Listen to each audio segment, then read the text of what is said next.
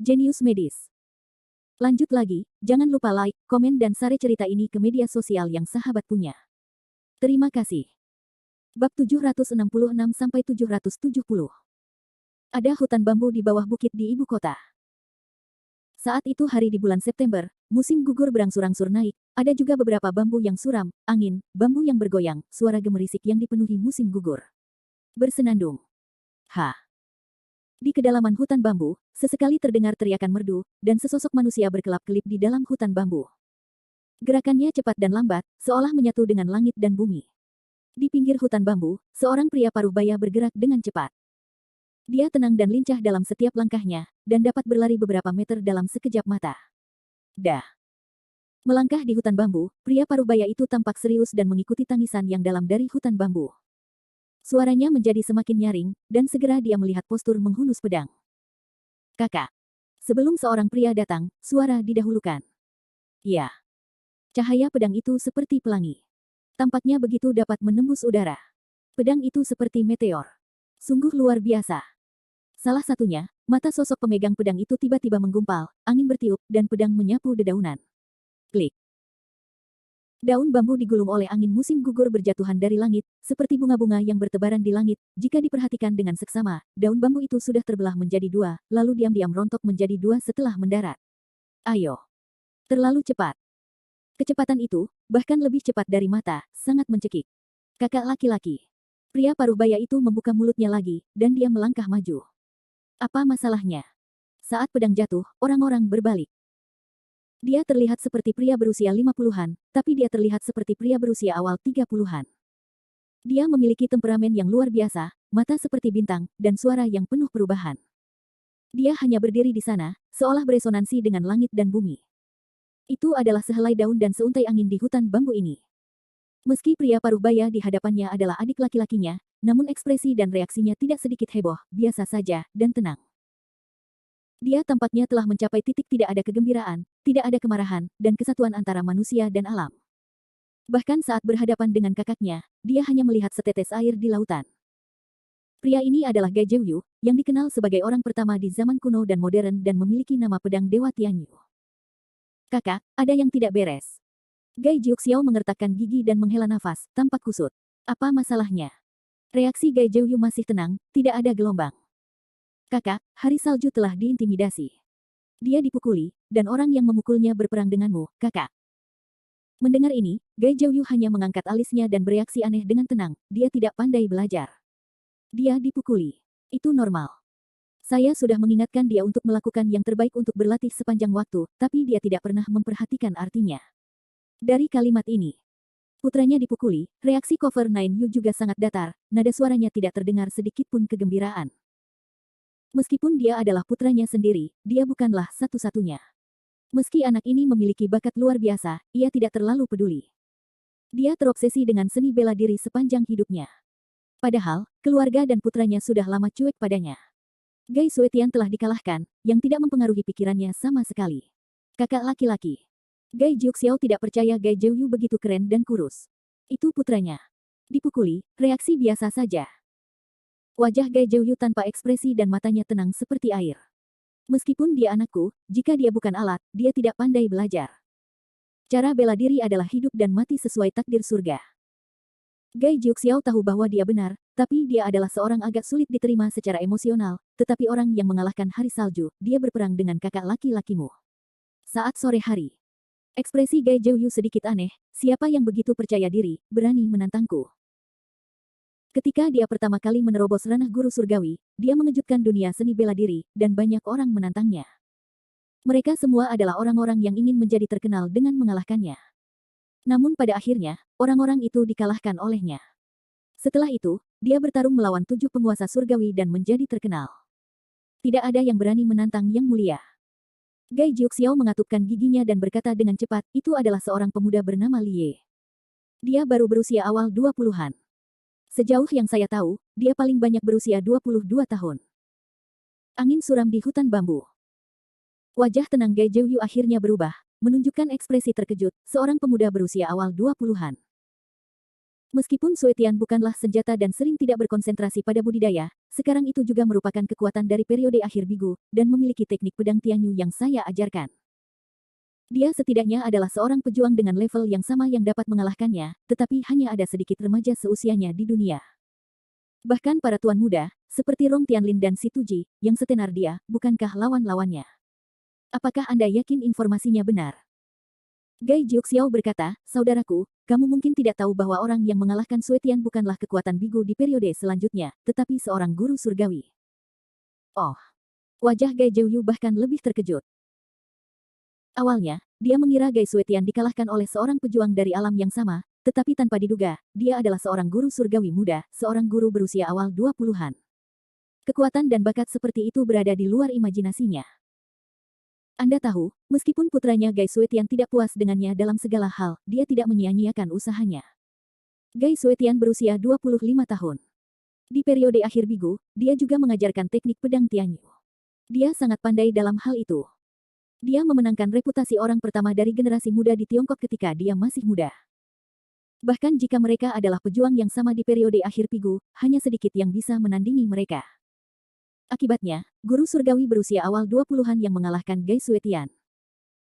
Bukankah bakat seorang master berusia awal 20-an lebih luar biasa daripada bakatku?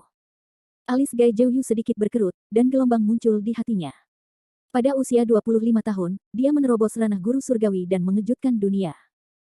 Dia tahu betapa sulitnya mencapai alam guru surgawi. Setelah mencapai ranah guru surgawi, ia terus menekuni seni bela diri dan bertarung melawan 7 guru surgawi yang telah terkenal sejak lama pada saat itu. Setelah menjadi terkenal di Perang Dunia Pertama, ia mengukuhkan posisinya sebagai dewa perang. Di Tiongkok, hanya ada sedikit seni bela diri yang bisa membuatnya berhadapan. Situ Manlong dari keluarga Situ adalah salah satunya. Meski bakat si Manlong tidak sehebat miliknya, wawasannya yang tajam dan kekuatannya yang dahsyat juga membuatnya takut. Ia pernah bertarung dengan Situ Manlong dan akhirnya menang dengan selisih tipis. Dia tidak menyukai guru surgawi biasa. Dia bertanya pada dirinya sendiri bahwa dia adalah orang pertama dalam seni bela diri Tiongkok. Hasilnya, seorang jenius yang lebih kuat telah lahir sekarang. Bukankah itu berarti kamu mungkin mencapai level yang lebih tinggi dari dirinya di masa depan? Apakah beritamu benar? Gai Jiuyu bertanya lagi dengan ragu. Gai Jiuxiao menarik napas dalam-dalam dan membuka mulutnya dengan suara yang dalam, tidak mungkin salah. Kakak, kamu telah tertutup selama bertahun-tahun. Tiongkok telah berubah. Meskipun Tuan Li berasal dari tempat yang kecil, dia melakukan satu demi satu hal yang mengejutkan segera setelah dia lahir. Pertama, dia membunuh kepala 7 keluarga di Provinsi Huizhou, masing-masing dari mereka adalah seorang pejuang di akhir periode penciptaan lembah. Ketujuh orang itu bukanlah lawannya, jadi dia membunuh mereka dengan satu gerakan. Kemudian, saya mengetahui bahwa Anjia, yang menghilang dan kembali, aktif kembali. Seorang Tianke, seorang guru surgawi di Anjia, mencapai tingkat guru surgawi Zongjing dan juga dibunuh oleh Tuan Li. Aku yakin Tuan Li punya tujuan untuk menemukan kakak laki-lakimu, atau dia akan membunuh Suetian. Bab 767. Setelah mendengarkan, penutup mata 9 Anda menunjukkan sentuhan dingin. Sebagai dewa perang yang tak terkalahkan yang telah terkenal sejak lama di Tiongkok, ia tak terkalahkan dan telah lama mencari kekalahan sendirian. Sekarang seorang jenius yang lebih kuat telah lahir, yang tidak diragukan lagi merupakan tantangan besar bagi posisinya. Apakah ini akhir perang? Atau memilih mengabaikan? Gai Jiuxiao memusatkan pandangannya dan bertanya, kakak, Suetian adalah putramu. Dia telah diintimidasi. Jika dia tidak mendapatkan uangnya kembali, orang lain akan berpikir bahwa tidak ada seorang pun di keluarga Gai dan mempertanyakan kekuatan keluarga Gai. Kedua, Tuan Li berusaha keras untuk bertarung di sore hari. Bahkan jika dia melarikan diri kali ini, dia akan terus bertarung di sore hari berikutnya. Ada beberapa hal yang tidak bisa dia hindari. Silakan datang keluar dari gunung dan bangun prestise keluarga Gai. Suara mendesing. Begitu kata-kata itu jatuh, pedang itu berkilat. Pedang di samping Gai Jiuyu, seperti anak panah yang tajam, menembus udara dan menusuk bambu tidak jauh dari situ. Klik, klik. Simpul bambu yang tak terhitung jumlahnya tertusuk dan hancur berkeping-keping. Gai Jiuxiao menahan napas dan tidak percaya dengan pemandangan itu. Di mata Gai Jiuyu, esensinya bersinar, dan kekuatan yang kuat meledak. Angin menderu yang berpusat padanya menyapu sekeliling. Dalam jarak 50 meter, semua simpul bambu putus. Sejenak lingkungan sekitar menjadi kosong, bahkan daun bambu yang layu pun tersapu bersih. Gai Jiuxiao membelalakkan matanya dan menghirup udara dingin. Ada sedikit ketakutan di matanya. Kakak, kamu berada di negara bagian mana sekarang? Sarana Gai Jiuyu telah melampaui imajinasinya. Mau tidak mau, dia penuh harapan dan keyakinan untuk melindungi sembilan kamu. Jika menutupi sembilan kamu, maka Li Ye pasti akan mati. Sudut mulut Gai Jiuyu memunculkan sinar yang dalam, hahaha. Aku sudah lama menjadi orang pertama dalam seni bela diri, dan aku kedinginan. Aku sangat senang karena ada begitu banyak orang berbakat. Orang-orang di China yang akhirnya bisa menantangku senang sekali, tapi nafasnya mematikan. Dia menatap ke langit dan tertawa. Tawanya seperti guntur. Sesaat, angin bertiup dan seluruh hutan bambu serasa bergetar dengan lambaian tangannya. Ki yang mengerikan itu meledak, hampir menghancurkan seluruh hutan bambu. Saya telah menunggu seseorang yang dapat menginspirasi saya. Hari ini, aku sudah menunggu terlalu lama. Biarkan saya melihat apakah bintang yang sedang naik daun ini benar-benar berbakat seperti rumor yang beredar. Momentum langit meledak, dan nafas teror pun meledak. Ternyata itu adalah pedang yang tajam. Mengambil dia sebagai pusatnya, ia meledak dan menghancurkan hutan bambu. Melihat ini, Gai Jiuxiao terkejut pada awalnya, dan kemudian ekspresi terkejut dan terkejut yang kuat muncul di wajahnya. Kakak, sudahkah kamu menerobos ke alam tinggi guru surgawi?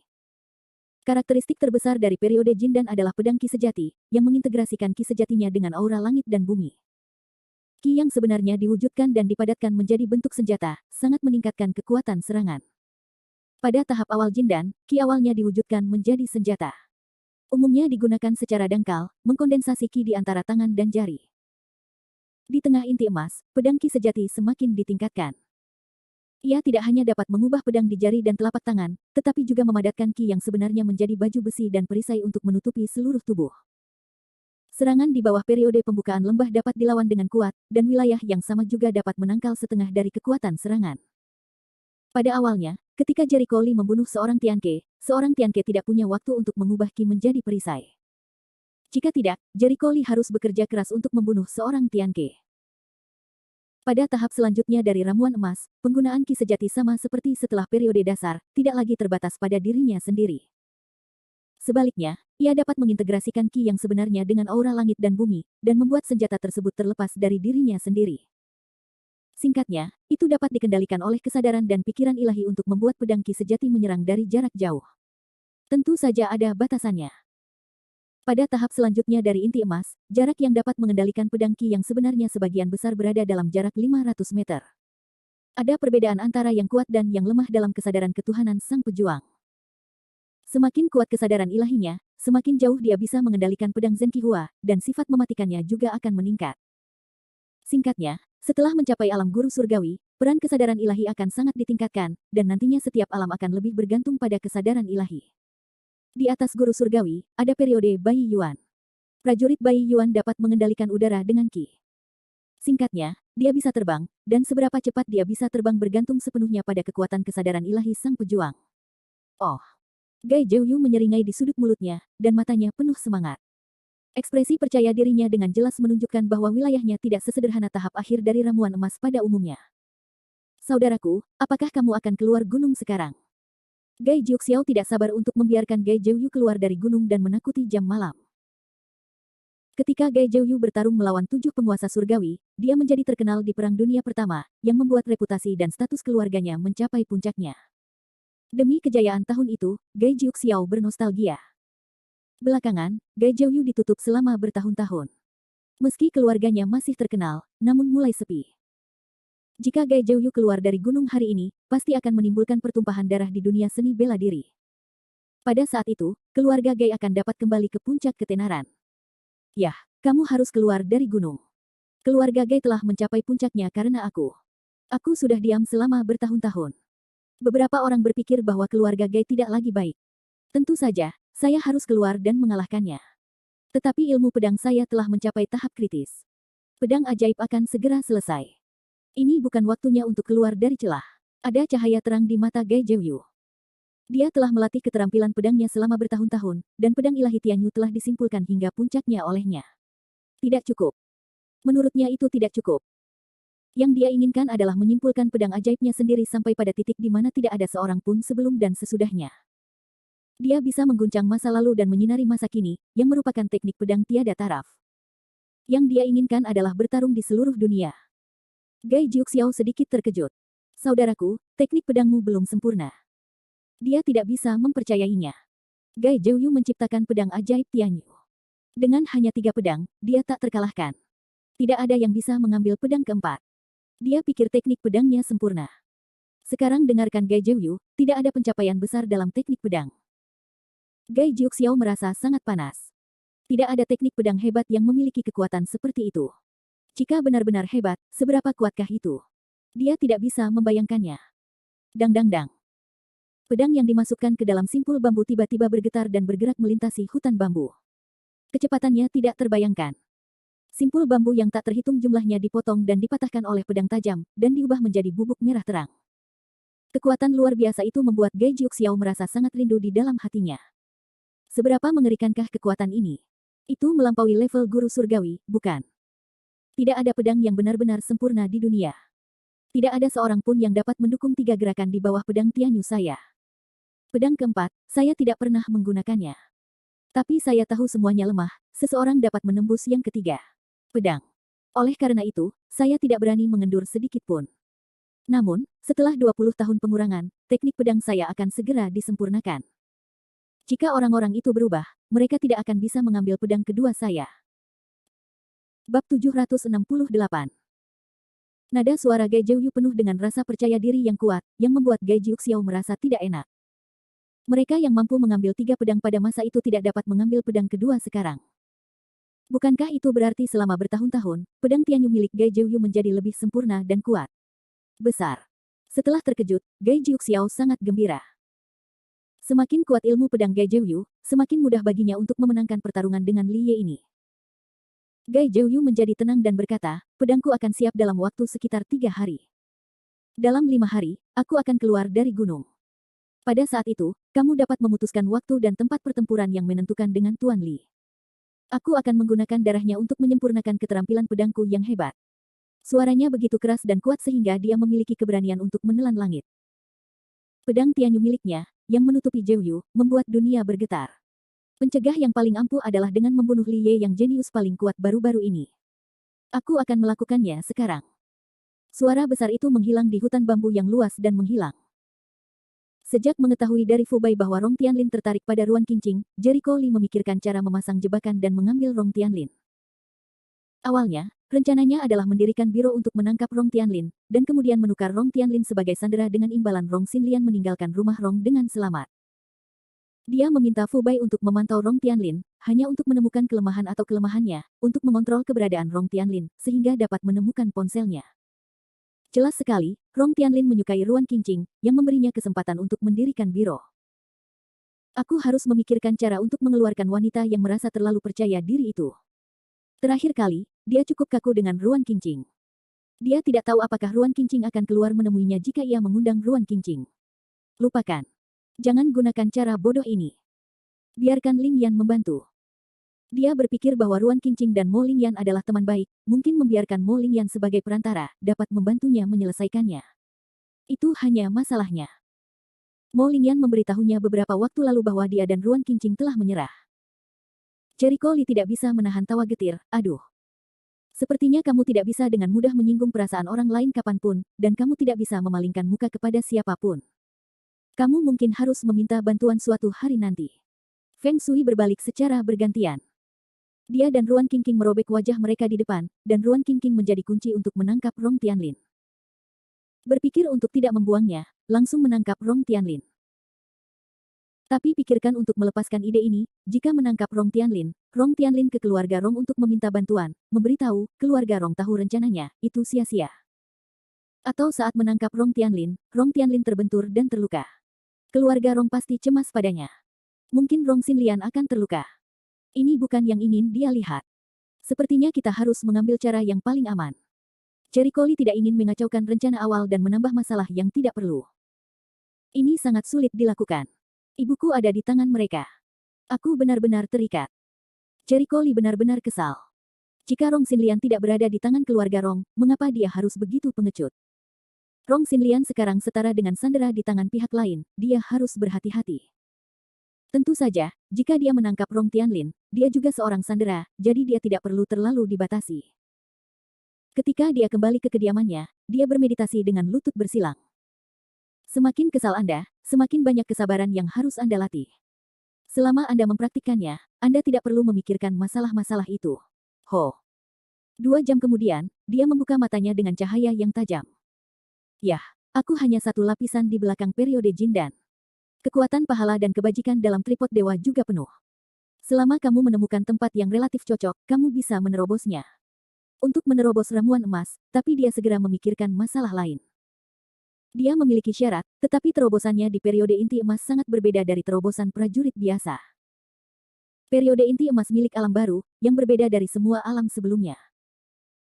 Apakah itu periode latihan ki atau periode membuka cahaya dan membuka lembah, itu tetap dalam kategori pejuang itu sendiri, sedangkan periode inti emas mulai berkomunikasi dengan langit dan bumi, yang termasuk dalam level tersebut. Benar-benar melangkah ke jalan langit dan bumi. Untuk menerobos periode inti emas, prajurit biasa harus memilih tanah harta karun geomantik, atau lembah tebing yang sepi, atau hutan bambu yang dalam. Dengan cara ini, masyarakat tidak akan diganggu, tetapi juga dapat menyadari secara mendalam akan kekuatan langit dan bumi. Pertama-tama, pergerakan menembus periode inti emas sangatlah besar. Berbeda dengan wilayah di bawah periode bigu, pergerakannya seringkali sangat kecil. Tidak ada yang akan menyadari perbedaannya ketika tinggal di kamar kecil. Kedua, untuk menembus masa keemasan, prosesnya tidak bisa diubah.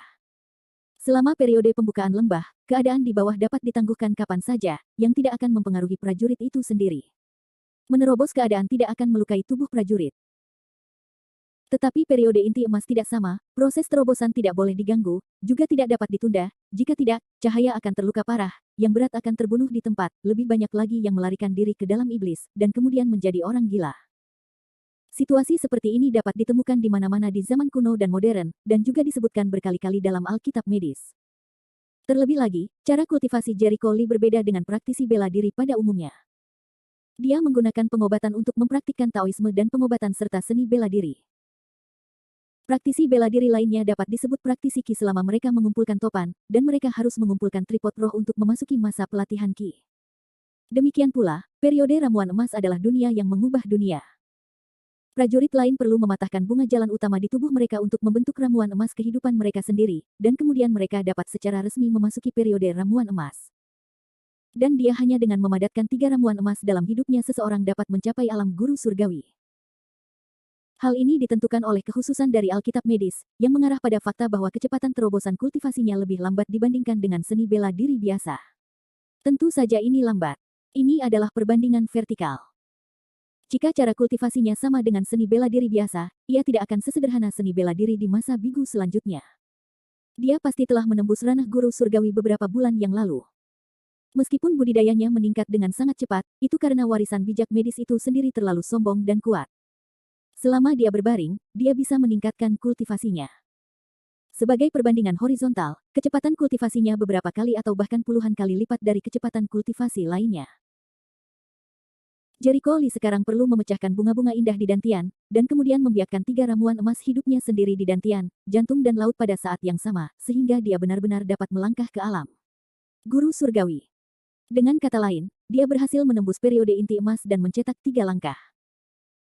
Segera, dia berdiri, menyalakan komputer dan mencari jurang terpencil di ibu kota untuk memfasilitasi budidaya dan terobosannya sendiri. Ya, Lembah Tianlan. Letaknya di bawah pegunungan, 100 km sebelah timur distrik Tongcheng. Setelah mencari, dia menemukan tempat yang tepat untuk menerobos. Dia memikirkannya di dalam hatinya, dan siap pergi ke Lembah Tianlan untuk menjelajahi situasinya. Saat ini, ponselnya berdering. Bab 769. Tetes demi tetes. Suara itu membuyarkan lamunan Jericho Lee. Dia tercengang. Dia mengambil ponselnya dan melihat ide penelepon, yang berasal dari Cheng Hai. Halo. Cheng Hai, ada apa? Li Shao, surat dari keluarga Gai. Cheng Hai menjawab dengan hormat. Surat. Alis pedang Jericho Lee terangkat, apa yang dikatakan orang-orang di keluarga Gai? Tidak. Surat itu dikirim oleh seorang pengawal. Dia meninggalkan surat itu dan pergi. Saya pikir dikatakan untuk memberikannya kepada Tuan Li, dan saya akan segera menelepon Anda. Cheng Hai tidak berani mengabaikannya. Jericho Lee telah memberitahunya sebelumnya bahwa jika seseorang dari keluarga Gai datang mengunjunginya, dia harus segera diberitahu. Jericho Lee mengerutkan kening dan mengangguk, baiklah, surat itu bisa segera dikirimkan. Tahukah Anda di mana saya tinggal? Baiklah Li Shao, aku sudah berada di luar hotelmu.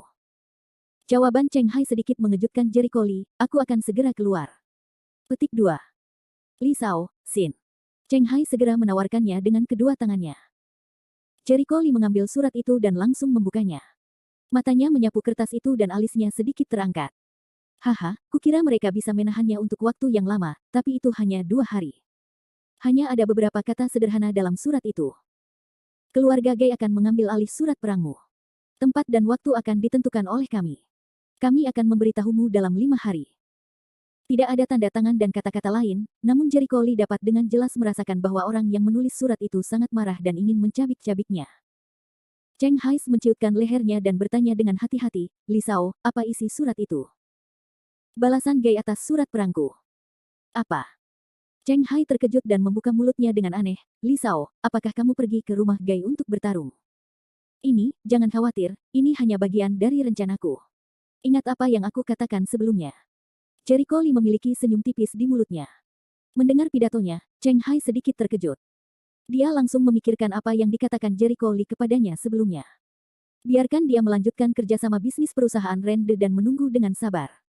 Masalahnya akan terpecahkan. Tiba-tiba dia memikirkan sesuatu, wajahnya ngeri, Li Shao ingin. Ya. Perusahaan Rende ingin memiliki pijakan di ibu kota, cara tercepat adalah Li Wei. Dan keluarga Gai adalah target yang paling cocok untuk dioperasi. Suara Jericho Lee keras, tapi Cheng Hai hampir melompat.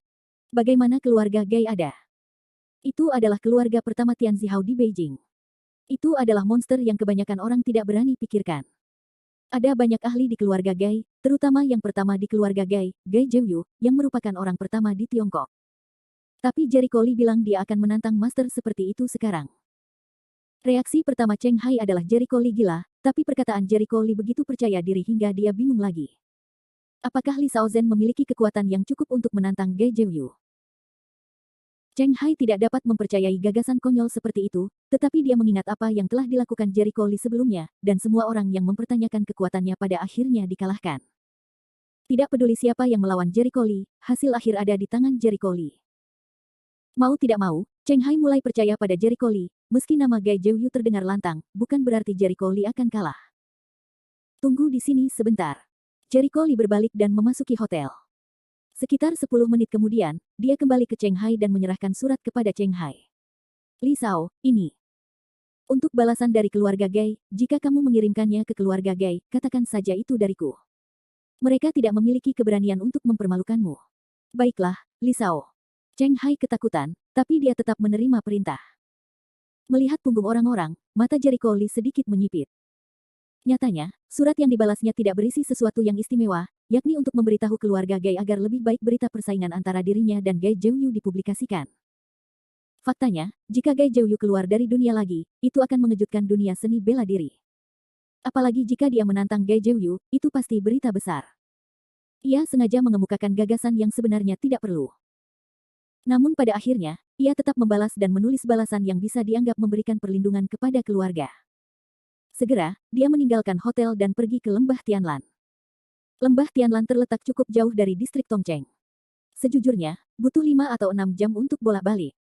Khususnya di Lembah Tianlan, jalannya rusak dan belum dikembangkan. Sangat sulit untuk masuk.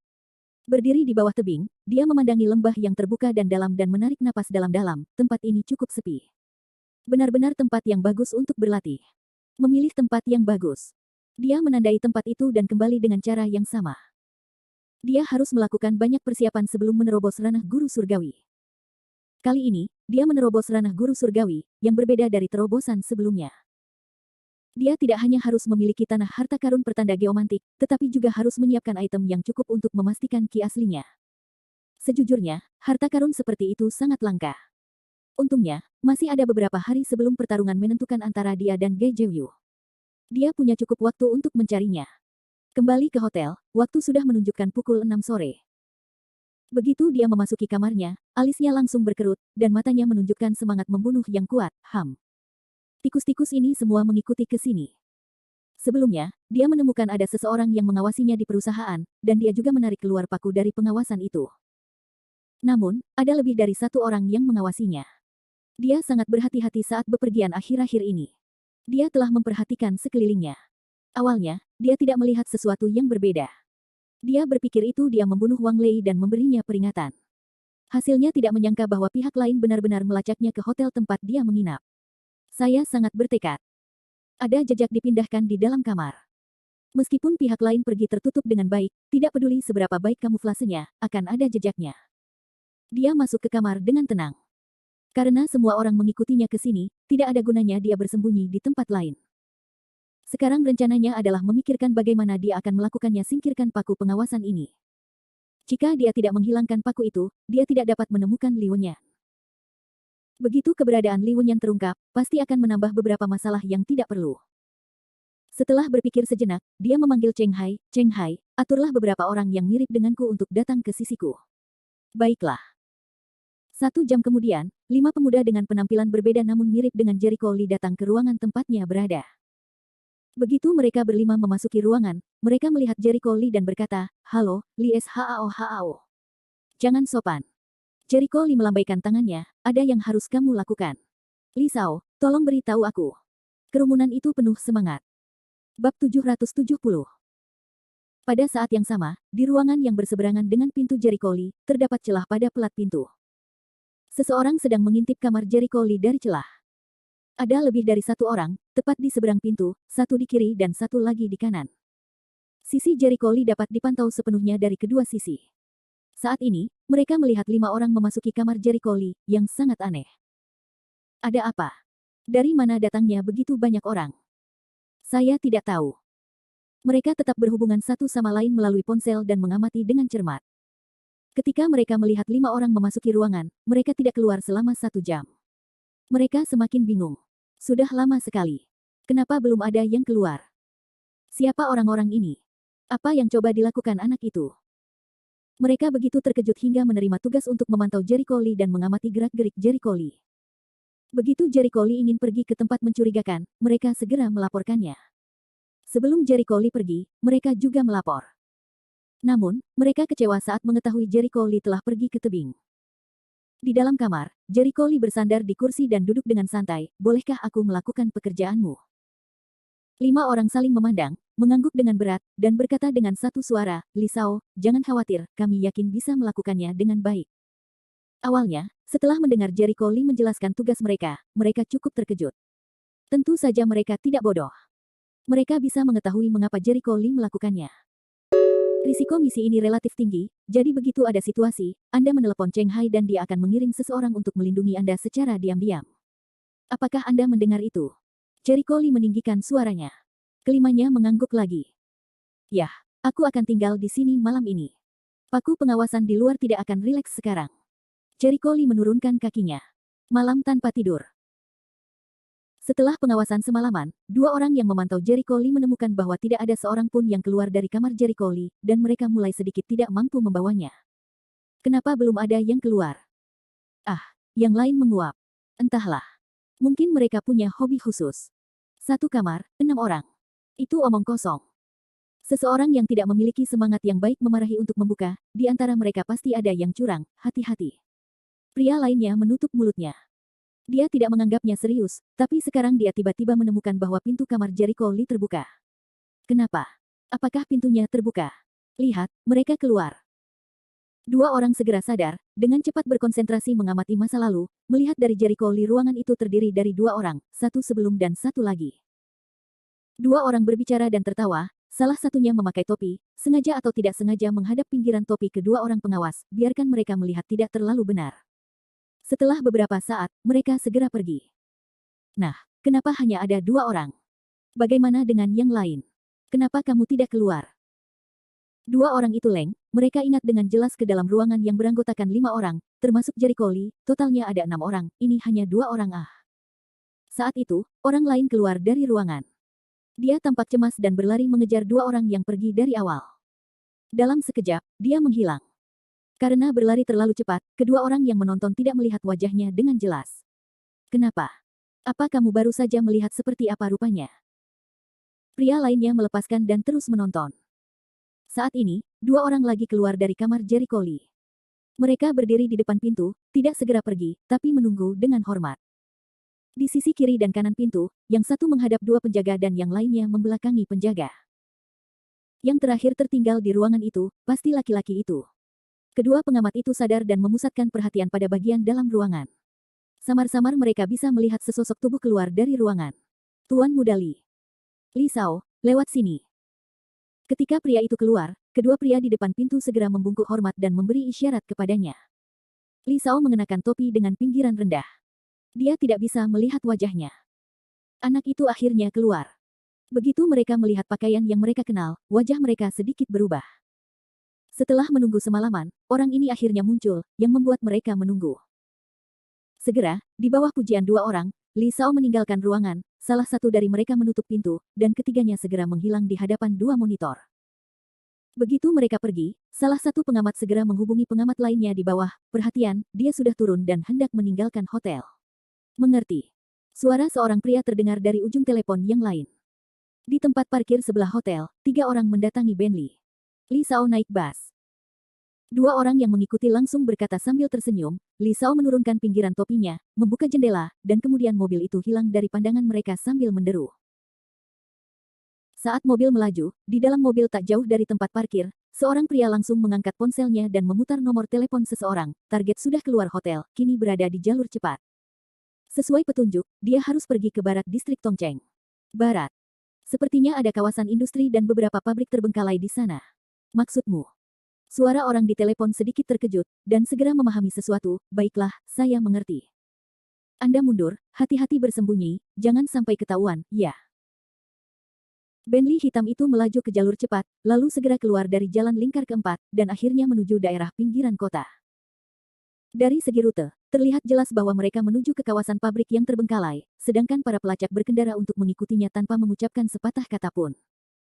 Mobil melaju sepanjang perjalanan, 2 jam kemudian, mobil sampai di kawasan pabrik yang terbengkalai. Wah! Mobil berhenti, lalu Li Sao keluar dari mobil dan masuk ke area pabrik. Melihat hal tersebut, beberapa orang langsung turun dari kendaraan pelacak belakang. Cepat carikan untuk saya. Ia 4 atau 5 orang langsung bubar dan menggeledah area pabrik. Ada beberapa area pabrik yang terbengkalai di kawasan ini. Siapa? Pemimpin itu bertanya dengan tergesa-gesa. Kerumunan itu menggelengkan kepala. Wajah pemimpin itu tampak berat, dan dia berkata dengan marah, sial, kemana anak itu pergi? Bisakah itu menguap di dunia? Dia sangat kesal dan hendak bergegas ke depan Bentley hitam itu ketika tiba-tiba terdengar suara langkah kaki tidak jauh dari situ. Saat semua orang melihatnya, itu Li Sao. Sembunyikan sekarang, teriak sang pemimpin. Orang-orang segera bersembunyi di area pabrik, mencari perlindungan untuk menutupi tubuh mereka. Bos, bukankah kita mencarinya? Mengapa bersembunyi? Yang lainnya sudah keluar, kan? Seorang adik laki-laki bertanya dengan bingung. Apa yang kamu tahu? Pemimpinnya mendengus marah, tugas kita adalah melacak anak ini dan melihat siapa yang telah dia hubungi. Yang terbaik adalah mengetahui bahwa dia telah menghubungi orang itu. Anak laki-laki ini sendiri bukanlah peran yang sederhana. Kita harus menghadapinya secara langsung. Kami mengantarkan makanan. Tadi, kupikir anak itu telah menghilang, jadi aku biarkan kamu mencarinya.